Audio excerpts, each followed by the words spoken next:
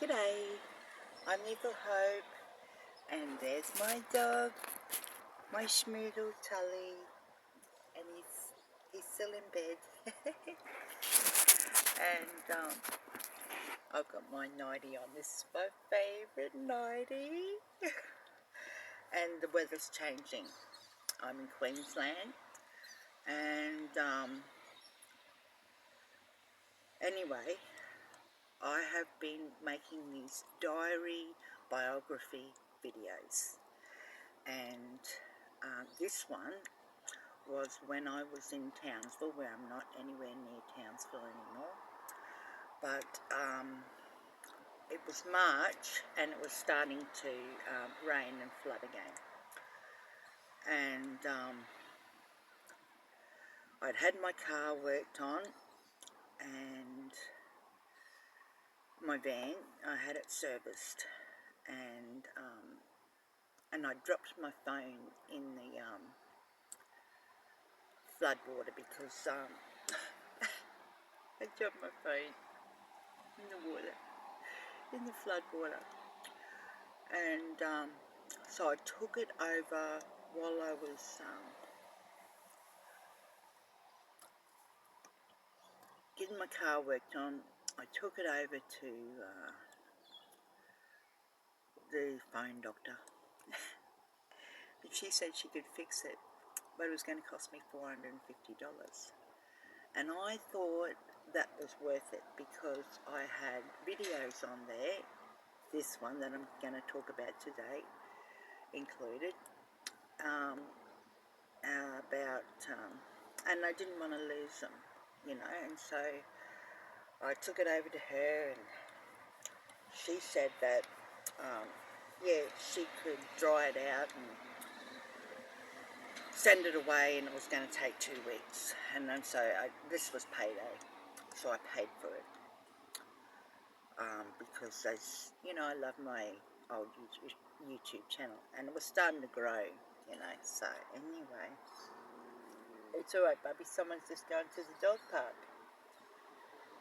But we've been for a walk this morning, so I've gotten all dressed, walked my dog, and we didn't go to the dog park because it rained last night, and we went for a big walk, and then I've come back and I put my nightie back on because I love it. And it's a rain day by the looks now. I think the sun might come out and see some blue sky out there, but it just lightly rained during the night. Anyway,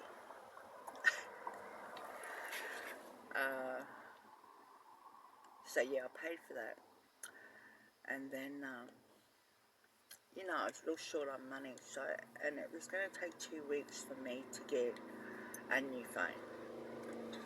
So I wanted a new phone, and I thought maybe perhaps support would support a new phone for me. So I called all the support places in Townsville that do that sort of thing, and no one could help me with the phone. So I went to Centrelink to see if I could get, you know, like they give me an advance, which is like a loan. Leave them, Bobby, leave them. Don't worry about it. They're just banging the gates. Banging the gates over there. You know there's all campers here camping. They don't care. They're awake, and that's what matters. And I'm making a video, so there's going to be interruptions, okay? So let's just get through it and bear through the interruptions. They don't bother me. I'm proper used to it by now, and I am.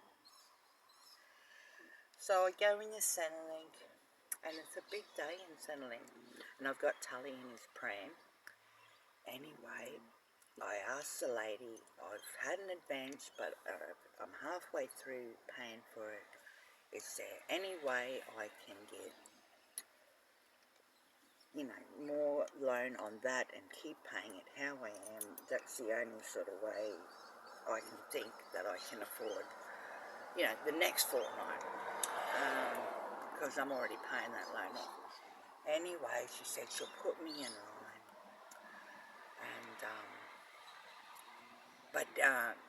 maybe I should try for an urgent payment, which is money from your next fortnight's pay, which I didn't really want to do because, you know, I had things going on that fortnight as well. I had more work to do on my car, and I had my insurance to pay for, so, yeah, I know what about my money and what I can afford. Anyway, I'm about to use the phone for urgent payment because that's the way she reckons I could go, because you can't get, once you've got the advance, which is the loan from Centrelink, you have to, it takes 6 months to pay it off, even if you pay it off in a month. That doesn't matter, you're not allowed another advance for 6 months. So, yeah, they're only every 6 months, and they won't move with you any either way. So I'm about to use the phone to ask for an urgent payment, you know, and I'm not really sure whether I want one. Anyway, when I've walked in, there's 2 security guards, and they've let me in with Tully in the pram, but then this lady from Centrelink, she comes over and she says she can't have the dog in here, she's got to go. And this guy, he was proper out of his head, this young fellow, the security guard. He probably thought it was a baby in there, even though I don't really look the age to have babies. But anyway, he's like, and I've sort of explained to them that, you know, my car was flood damaged, and it got all mouldy, and everything in it got mouldy, and I've sprayed it with exit mould, and the exit mould, when the sun comes up, it's like a gas chamber in here. And so I was getting sick, and I had a sore throat, and I had sores under my nose from the exit mould reacting with the heat. And yeah, so I sprayed, it was all mouldy, everything had to go. You know, because I was in North Queensland in the floods, and so I've sprayed it with exit mould, and then I've gone away and I've come back and there's no mould. And I thought, well, you know, I'll just open it up and it'll be a night of, you know, smelling the exit mould. And it was, you know, sort of like that, and I sort of just sat outside. I've got a chair that I sit in that I can sort of lie back in, and we sort of just sat outside. It was a clear night. The day that I sprayed it,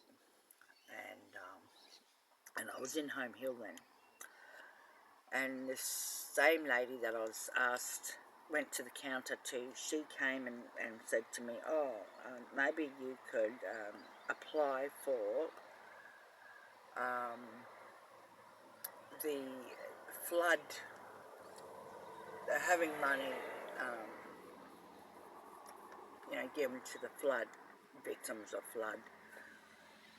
And so when I go to the counter, I say, I give them my card, and I say I've got no fixed address, I'm homeless, I live in my van full time, and I just move around because no one wants a homeless person in their town for too long. And that's what I do, and that's the truth, and that's how I tell it. And I tell everyone the same thing. I don't lie or give fake addresses or anything like this. I just tell the truth of how it is. And in Australia, we can get our support through Centrelink, even though we're homeless and we don't have an address. So I wait in the line to see these people about getting the flood money. I can't think of what the words are, okay, at the moment. I did know on the video that I made. And this is just me recounting that video and that day.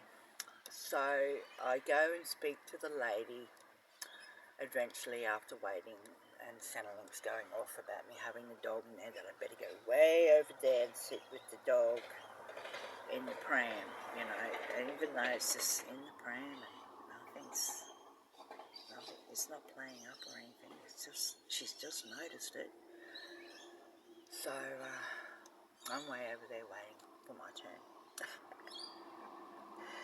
Anyway, I go and I speak to the lady, and she says, you know, how were you affected by the flood? And I told her that no flood water came in. It's just that everywhere I went in North Queensland, and I've been to Townsville, I've been to Reed River, I've been to Charters Towers, I've been to Macrossan, I've been to Home Hill. And she said, where were you between January and February, because that's the payment money. And I said, well, I was in these places, moving around from the flood. So when it just got too bad where I was, I'd move again. And I said I actually was around the Townsville area, and you know, it started flooding there, so I decided I was going to go south, and I got only as far as Home Hill, and that was probably the beginning of February. So in January, I was in the Townsville area, and all the areas that I named, you know, Charters Towers, Fletchers Creek, Townsville, and I ended up in Home Hill, and I didn't go any further because it flooded either side, and so I was stuck at the Comfort Stop, rest stop, and then down south they were having a cyclone where I was heading to, the Brisbane area, and they had this big cyclone, so I was best just not trying to get through flood waters and be all dangerous like that, and just stay where I was, and that's what I did. And then while I was there, I applied for, you know, I went and to the doctor, made doctor's appointments, and my pension card, because I'm on the DSP, was about to run out, so I applied for that. And you know, once I got to the doctor, I had to make another appointment, so that kept me there longer. And then when I applied for my pension card, she said it'll take 3 weeks, and so I waited the 3 weeks, and the pension card didn't turn up, so she ordered me another pension card. Meanwhile, I was kicked out of the Comfort Stop and had to move on. But back to the story at hand. I'm telling the lady all this, that while I was in Home Hill, I applied for the flood monies while I was there, because they were doing the same thing. And it was $180, and they took all my information, because that's where I actually sprayed my van with the exit bowl. So we just sort of said I lived in my van full time, and I was heading south and was stuck at Home Hill, and that's why I was applying for the grant, or whatever it is, the monies for the flood people. And I'm honest, I don't say that the flood water came in or anything like that. It was because I was sitting around in the flood waters, coming in and out, water coming in from the rain, you know, and the flood waters around my van, but not coming in my van. And she said, well, where were you, the lady in Townsville? And I told her that I applied in Home Hill, and they took my email address, and they said that they were going to email me either way, and I never heard anything back from them. And then I was moved on from the Comfort Stop, so I'm back in Townsville now, and it's March time, early March. And she said, where were you in January, February? That's what they're giving the monies for. And I said, I was in the Townsville area in January. And she said, where were you, and what date? So she wanted a date now.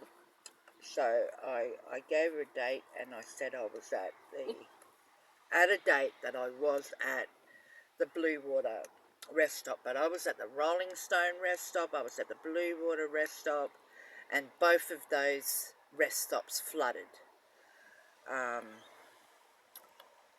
Like where the flood water came into the rest stop area. So, excuse me. And she said that she couldn't find the Blue Water address, but there's a Blue Water caravan park.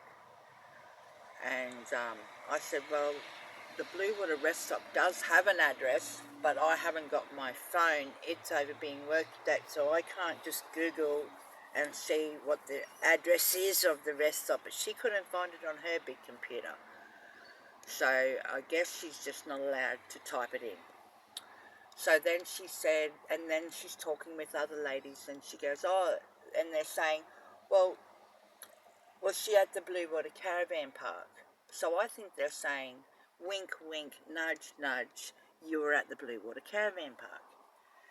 Because I'm saying over and over again that I wasn't, and I was at the rest stop.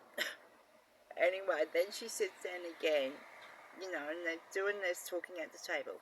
She sits down again and she goes, were you at the Blue Water Caravan Park? And I said, oh, yeah, I was at the Blue. And she said, well, how much did you pay there? And I went, nothing, because I can't afford. I've told them, I'm homeless, I live in my van full time, I've got no fixed address, and I can't afford rent. I certainly can't afford a caravan park where I just park. I can park at rest stops for nothing. Right, so I told her this. And she said, so how much did you pay at the Blue Water Caravan Park? And I went, nothing. Because I wasn't there. And you know it, because we've just had this conversation. Anyway, I've got a cup of tea now.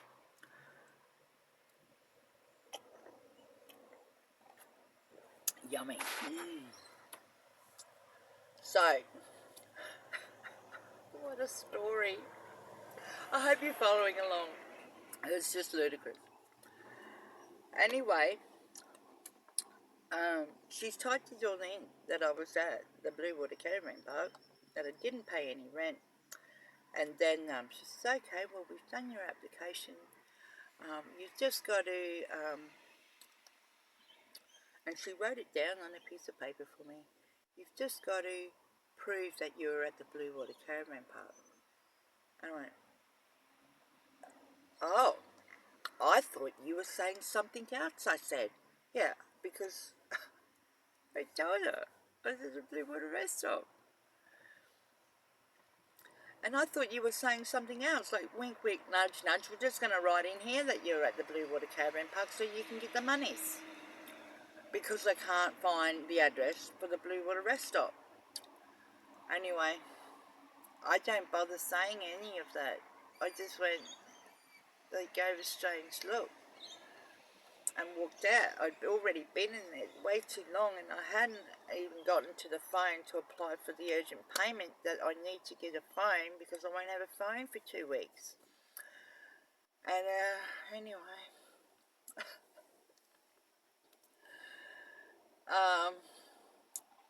the next day I've rung Centrelink now, and I've said,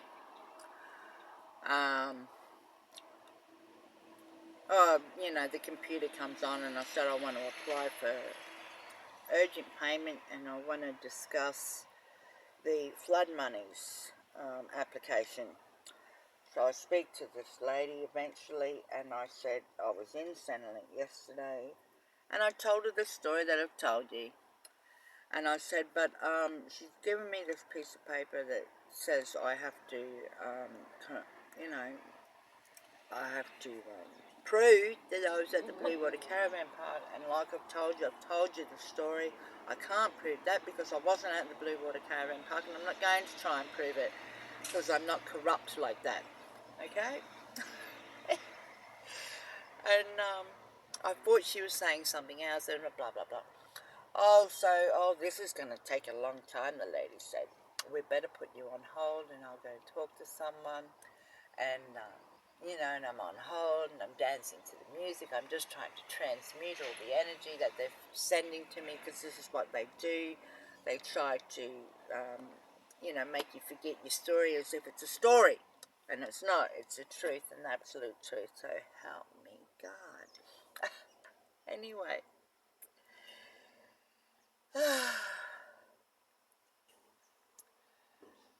So, then another lady comes on.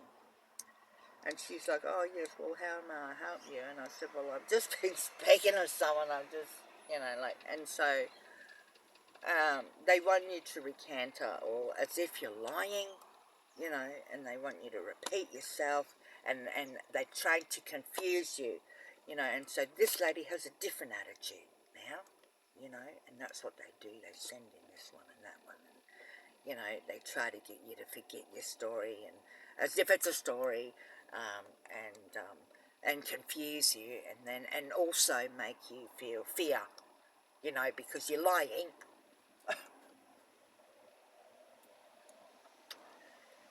And I'm not. So I just calmly tell her the story again, and so I've told 3 people the same story on the phone this time, this Centrelink, the next day after applying, that I still want that money and I still deserve that money. And they said, well, you have no fixed address. Only people with addresses can apply. And I was like, well, so you're telling me all the people that were flood affected in the area can't apply because we can't afford housing? And what about down south? All those homeless people that went through the cyclone down there. There's money given for that as well. But not to the homeless people, not to the people who's already doing it really hard. Not that you're not doing it hard in a home, but we're already doing it really hard. We can't afford housing, mate. Some of us are living in tents. And I've seen people living in swags, with no car.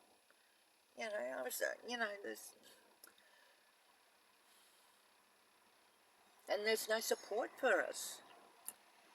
And then when something happens, oh, you can't apply because you're homeless.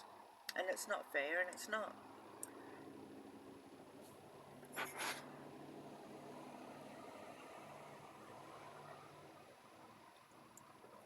Anyway,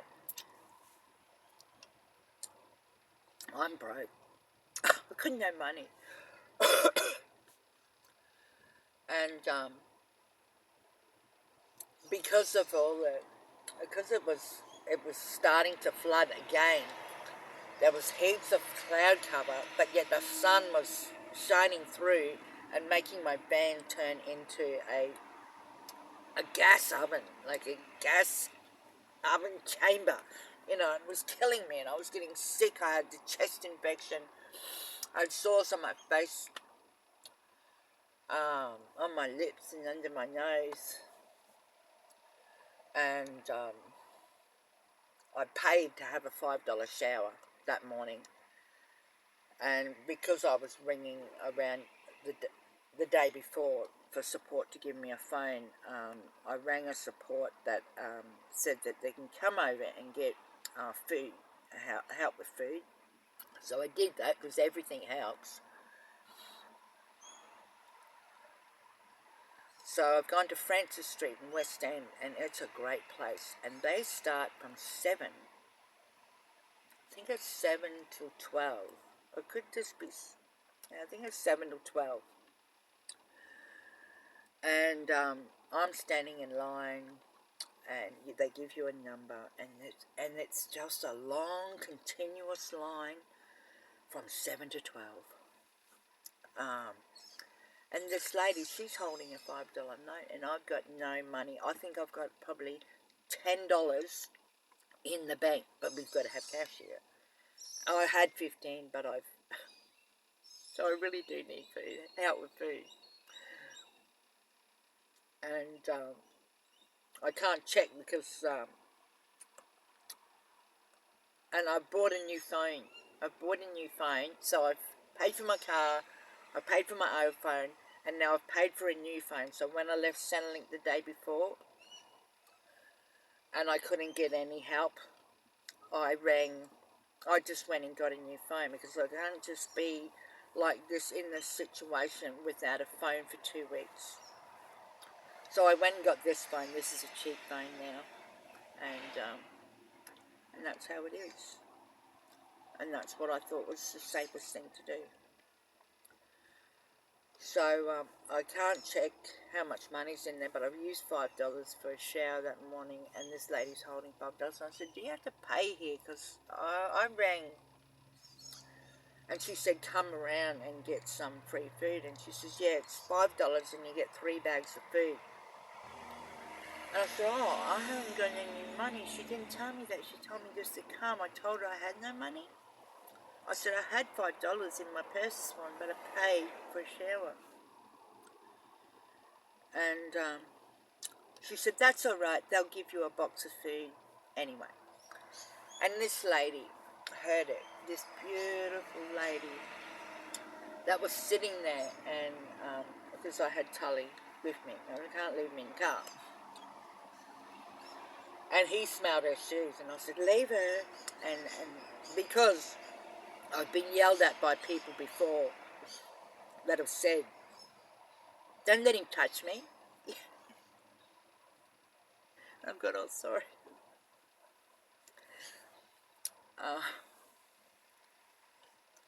So I said, leave her, to Tully. And she said, it's all right. So she heard me talking to the people in front of me about the $5. So she went back to her car and got $5 in change and gave it to me, so I could get the 3 bags. And so I went then after that. What a beautiful person though, because I was going to get some anyway. And you got so much. And it was beautiful, fresh food and anything, all the big shop, and it was even a bigger shop than I would do for myself. The big lettuce and big silver bean, red onions and heaps of potatoes and dairy foods, and I don't eat the meat, so they gave me mince, plant-based mince, and it was 3 bags of really good stuff. And nothing was out of date. Everything was fresh and crisp and beautiful, and it was just awesome. And I just kept telling this lady, I love you. And I told everyone there. This lady gave me the $5 so I could get some food. And she goes there every week. You can go there every week. It's on a Friday. And I think it's on a Friday. Yeah. And from 7 to 12. In Francis Street in West End, Townsville. I only went there once, and then I left the place. So I just wanted to end with this story, with something nice to say about the world. Because the people that come to this place, there was a huge line that you wait in, and that huge line is from 7 to 12. Just constantly people coming and everyone getting 3 bags of food, of beautiful, awesome food, usable, food, not just tins and baked beans and, stuff that you don't eat. Like proper awesome food, edible food. And it was such a blessing, and I cooked up a storm, and I had plenty of food to eat. I bought I had myself a new phone, this one that I've got now, because even though I paid the $4.50 to get my phone fixed. I was walking along the ocean with Tully. I was holding him in this hand and my phone in this hand because I was making videos for my other channel, and I'm on the beach, and the ocean's probably a meter away, and he's pulled like this, and I'm holding the phone in this hand, and Tully's pulled me here like this, like taken off like this. This phone that I'm holding on to in this hand has got nothing to do with Tully. Like, how does this work? Has just flown out of my hand like this. The ocean waves have come in and engulfed the phone and took it, and I ran out there into this, I was at Camilla Beach, and I grabbed the phone and I put it in, I've heard that if you put it in rice, and not cooked rice, just rice in the rice packet, and the phone was buggered. It was still making noises, but you could have no screen or anything like that. So I've just decided, just don't get angry about it. This is what I do these days. I don't get angry about things. I just go, this is all for my higher good. Because I actually had suspicions that phone was hacked, or it had like a tracker on it or something. And I've been and took it into, these computer doctors, phone doctors, and they said, oh, they can't put a hack on your phone, or you got such too good a phone, it can't be hacked or tracked. But when you look in and find out, what your phone does when it's been hacked and it's got a tracker on it, my phone was doing all that. So I don't know, but everything is for my highest good, and that's what I truly believe, and I've just, so things have changed in my life now anyway. I really can't afford to travel that much and do the things that I was doing with the other channel. So I've just made a whole new YouTube channel, and welcome to my new YouTube channel, Ascension Through Spiritual Warfare with Lethal Hope, who is living in love and not in fear. And I'm living a blessed and wonderful life, and I just want to share my stories, and perhaps just so people can say, well, that's happened to me. It's not to give any direction or advice. It's just to say, this happens. It's a true story. I tell the truth, and this happens. And maybe you say, well, this happened to me too. And I know, my beloveds. I know. So, have a blessed and wonderful day. I am. And hey, stay beautiful.